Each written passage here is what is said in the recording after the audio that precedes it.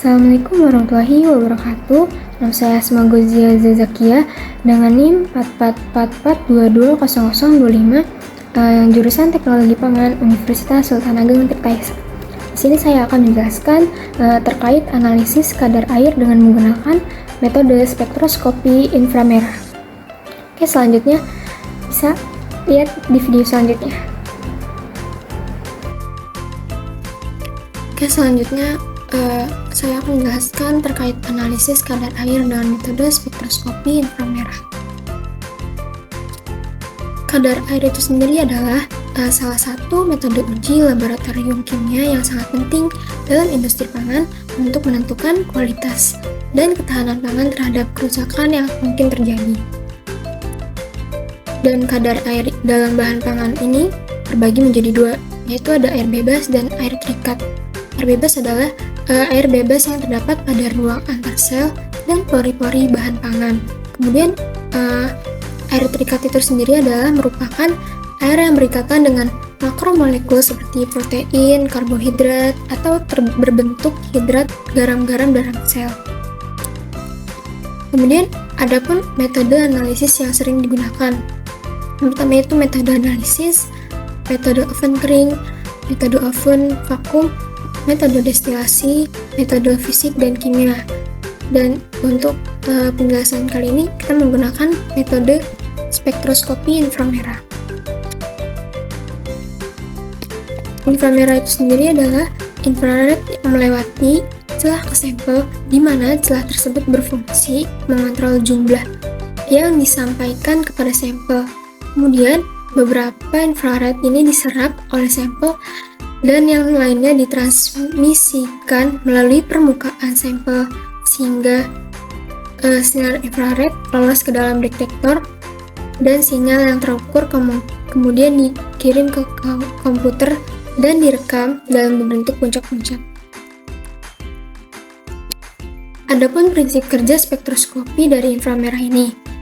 Metode inframerah ini bekerja berdasarkan prinsip penyerapan energi oleh molekul air pada panjang gelombang inframerah tertentu. Kemudian molekul air ini memiliki vibrasi khas yang panjang gelombangnya mulai dari 0,76, 0,97, 1,16, 1,45, dan 194 mil per meter. Kemudian intensitas penyerapan sinar inframerah ini pada panjang gelombang tersebut berbanding lurus dengan kadar air dalam sampel. Selanjutnya adalah langkah-langkah analisis kadar air dengan spektroskopi inframerah ini. Yang pertama itu ada preparasi sampel bahan pangan.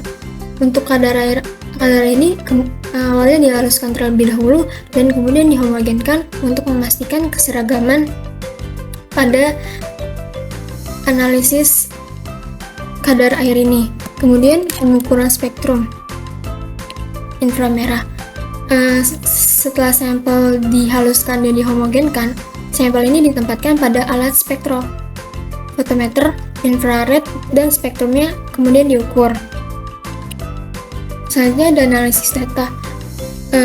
Setelah spektrumnya diukur, maka akan diperoleh spektrum inframerah, kemudian dibandingkan dengan spektrum standar air untuk menentukan kadar air dalam sampel tersebut. Kemudian yang terakhir ada interpretasi hasil. Hasil analisis kadar air dengan metode inframerah ini dapat dibandingkan dengan hasil analisis menggunakan metode lainnya. Kemudian ada pun daerah radiasi spektroskopi inframerah ini.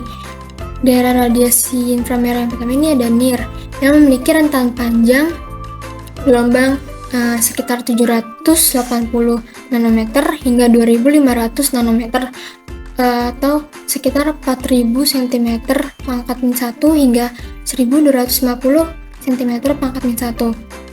Kemudian yang kedua ada daerah inframerah tengah MIR 2500 nanometer hingga 2500 nanometer hingga 5000 nanometer atau sekitar 4000 cm pangkat min 1 hingga 2000 cm pangkat min 1. Yang selanjutnya yaitu daerah inframerah jauh atau FIR, sekitar 50 nanometer hingga 1.500 nanometer. Daerah inframerah jauh FIR 5.000 nanometer hingga 15.000 nanometer atau sekitar 2.000 cm pangkat min 1 hingga 670 cm pangkat min 1. Selanjutnya ada gambar panjang gelombang spektroskopi inframerah ini. Pada sumbu X ini menunjukkan panjang gelombang dalam cm pangkat min 1 atau bilangan gelombang dalam cm pangkat min 1. Kemudian ada sumbu Y, ini menunjukkan intensitas absorpsi sinar inframerah. Kemudian yang ketiga ada gambar gelombang-gelombang ini adalah puncak-puncak dari spektrum yang menunjukkan vibrasi khas dari gugus fungsional yang berbeda dalam senyawa tersebut. Selanjutnya ini salah satu uji kadar air pada jurnal analisis fitokimia dan gugus fungsi dari ekstraksi etanol pisang goroho merah Thamus axuminet L. Dari gambar satu ini, profil gugus fungsi ekstrak etanol pisang goroho merah ini dihasilkan pada analisa ini menggunakan metode FTIR atau Frost Infrared. Teridentifikasi bahwa ekstrak etanol pisang goroho muncul pada panjang gelombang atau peak. Peak ini pada panjang gelombangnya sekitar 1644,63 cm pangkat min 1 yang berada pada gelombang panjang golongan panjang gelombang sekitar 1550 hingga 1650 cm pangkat min 1 yang merupakan golongan dari karboksil. Panjang gelombang tersebut juga terletak pada panjang gelombang 1600 hingga 1650 cm pangkat min 1 yang merupakan gugus amida CONH2.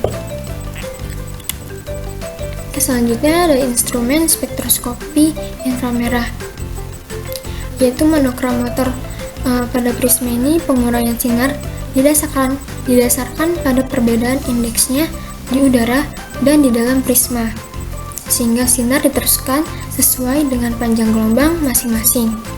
Difraksi grating, pengurangan sinar didasarkan pada grating permukaan benda seperti gergaji. Kemudian grating ini dapat diputar depan sudut tertentu sehingga diperoleh sinar dengan seperti yang diinginkan. Kemudian filter yang biasa digunakan untuk tujuan analisis kuantitatif. Kemudian ada pun keuntungan dalam menggunakan spektroskopi inframerah ini. Yang pertama ada non-destruktif. Spektroskopi inframerah ini dapat dilakukan secara non-destruktif, artinya sampel limbah atau reagennya dapat diminimalkan dan tidak perlu dihancurkan atau diubah secara fisik. Hal ini memungkinkan pengujian berkali-kali pada sampel yang sama tanpa merusak atau mengurangi jumlah sampel yang tersedia. Selanjutnya, ada pun analisis secara real time. Metode spektroskopi infrared ini dapat memberikan hasil analisis secara cepat dan real time.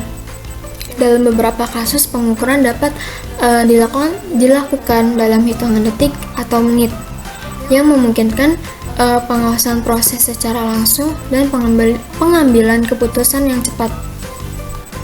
Selanjutnya, tidak memerlukan persiapan yang rumit, karena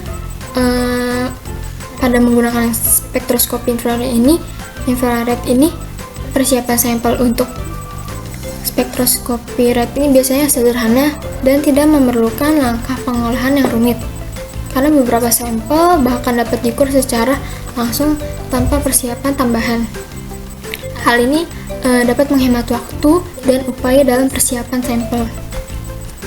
Selanjutnya ada multi komponen.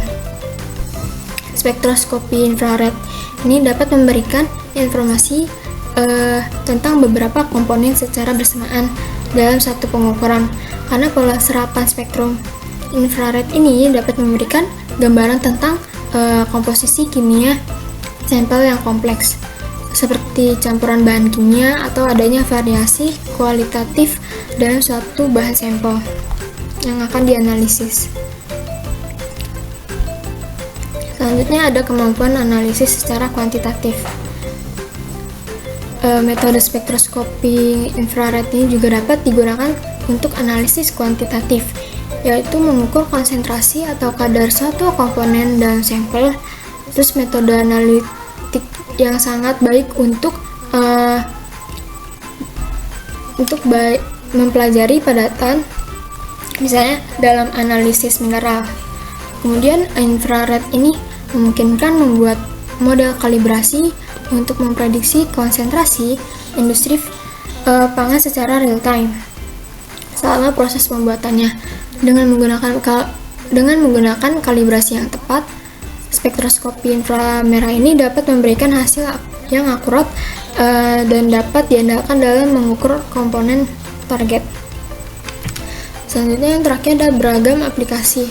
Spektroskopi infrared ini telah diterapkan dalam berbagai bidang seperti pertanian, farmasi, pangan, petrokimia, kedokteran, dan banyak lagi.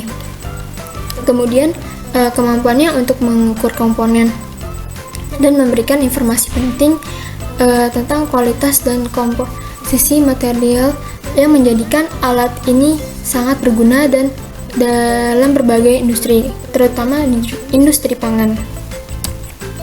Selanjutnya ada pun kerugian dalam menggunakan spektroskopi inframerah ini.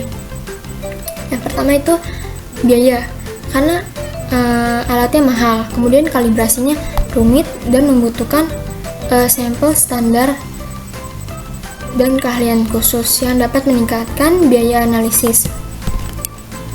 Kemudian gangguan dari komponen lain. Spektrum infrared sampel bahan pangan dapat terganggu oleh komponen lain dalam sampel. Kemudian adapun keterbatasan pada akurasi analisis kadar air dalam metode inframerah ini dapat bervariasi tergantung pada jenis sampelnya. Terus kemudian metode persiapan sampel dan model kalibrasi yang digunakan. Tentang keahlian khusus. Dengan metode inframerah ini membutuhkan keahlian khusus dalam pengoperasian alat spektrofotometer infrared ini karena alatnya sangat mahal. Kemudian interpretasi data spektrum dan pembuatan model kalibrasinya. Oke, terima kasih. Cukup sekian dari saya. Bila ada salah kata, mohon dimaafkan. Wassalamualaikum warahmatullahi wabarakatuh.